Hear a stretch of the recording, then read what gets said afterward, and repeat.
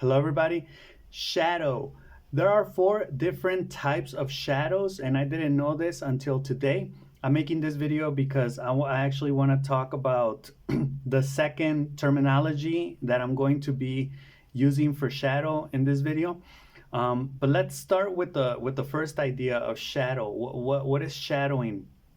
So, first of all, there's something called job shadowing, which ChatGPT defines it as a learning method where someone observes and follows an experienced professional in their daily work to gain practical knowledge, right? So, this is someone that basically observes somebody else that has the experience, the expertise, so they can learn how to do that trade, right? Like think of a carpenter that's teaching his son, right? And in this case, the son will shadow the carpenter, right, to learn the tricks of the trade, so to say, right?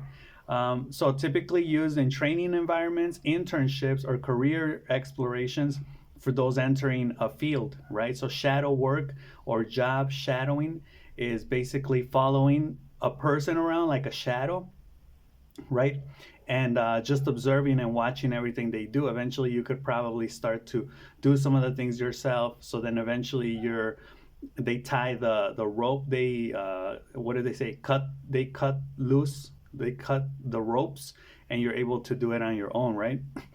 An example: a medical student might shadow a surgeon to understand the routine of their profession, right? So, and also look at how it says the routine, right? Not to learn specific things that they must study for or really practice, but just understand, like get a general feel for the environment. I think it's very crucial, this type of internship or job shadowing.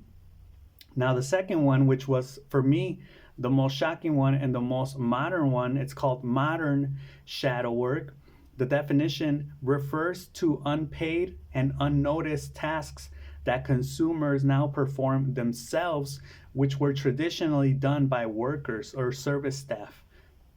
This includes things like self checkout, booking travel online, or assembling purchased items, right? Like they say you get flat furniture delivered to your house and you have to assemble it yourself. And it's this idea of like do it yourself, but in reality, you're doing work that other people should have done, that we can even say that you have already paid for.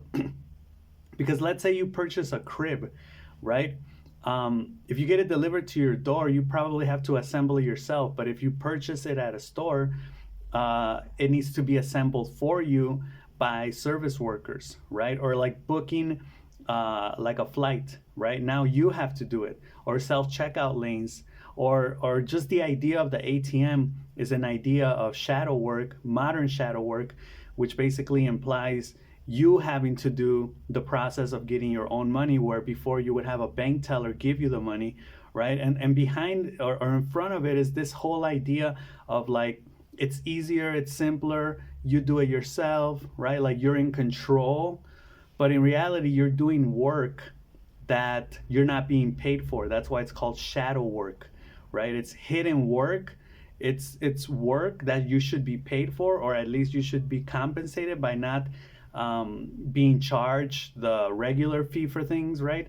But you're not. You're working for free, right? With the idea of like do it yourself. It's easier. Do it from your cell phone, right?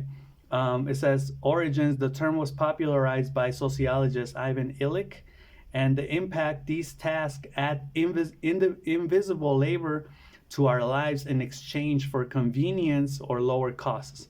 I mean, if there are lower costs because you do it yourself, I guess that's good. But yeah, I gotta watch out for this because it's not very clear that we're doing the work, right? The third one is the psychological shadow work. This is a definition from Carl Jung or from Jungian psychology, and it refers to integrating and confronting the darker unconscious parts of the psyche, traits, desires, or emotions that are often repressed or denied because they are deemed socially unacceptable, right? So these are things that you need to sublimate or integrate in some way into your personality, things that society would see as bad or off-putting, but nonetheless they make up who you are. So you need to find a way to integrate those functionally into your personality and into your relationships, right? The goal is self-awareness, healing, and personal growth by accepting these shadow aspects rather than letting them unconsciously affect behavior, because they're so powerful, they're so present in your personality and your identity that they will manifest, and they will manifest themselves in weird ways unless you become aware of them and kind of redirect them, right? Process methods include journaling, therapy, meditation, or introspection to explore these hidden parts of the self. And the last one I think is the most common one that we probably all know when I say shadow, is the idea of shadow in literature or symbolism, right? It says in a broader context, the shadow often represents the hidden, mysterious, or darker aspects of human nature, society, or spirituality. In myth and literature, it can symbolize the unknown, suppress fear, or moral challenges. I've always found it interesting, this idea of the shadow, because people tend to associate it with what's dark, and it's not what's dark. A shadow, if you know, has half light, half dark, right? It's kind of like a balanced thing, but it's something that's there, you know, like your shadow follows you. You know, like if I go like this, you could see the shadow on my hand, right? Thanks to the light.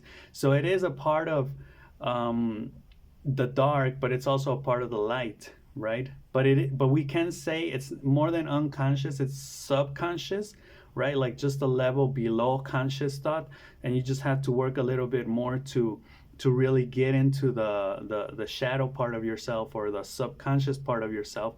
And I wouldn't say it's bad things, but things that are causing us conflict, that we can't really that we haven't learned how to integrate into our personality yet, right? That said, with psychological shadow work, literature, and symbolism, shadow, the idea of modern shadow is crazy for me. I didn't even know about that until today. But that you're working for free, you know, you're doing things that other people should be doing, that you should be getting like a discount for that, right? I think that's pretty interesting, especially with all these ideas of, like, you know, using our cell phone and technology, and you know, being more practical for things. And of course, the for me, the idea of job shadowing, I think, is super vital, super important, especially when teaching. mm, yeah, like internships, right? When you're studying in college and then you have to do an internship, or your professional practices or things like that. I think that's vital, especially to pass on knowledge, and more than what knowledge, conceptual knowledge, procedural knowledge, right? Know-how knowledge, like, and especially that vibe, that feeling of, like, you know, take your son or daughter to work day. These ideas of, like, you know, get a feel for the working environment. I think that's vital, super important, and I'm glad it's still being done. So there you have it, guys. Those are the 4 shadows. Let me know what you guys think about this. I thought these were pretty interesting ideas of shadows, that I wanted to kind of integrate. And that's all I got for this video. So I'll see you in the next one, all right? Peace.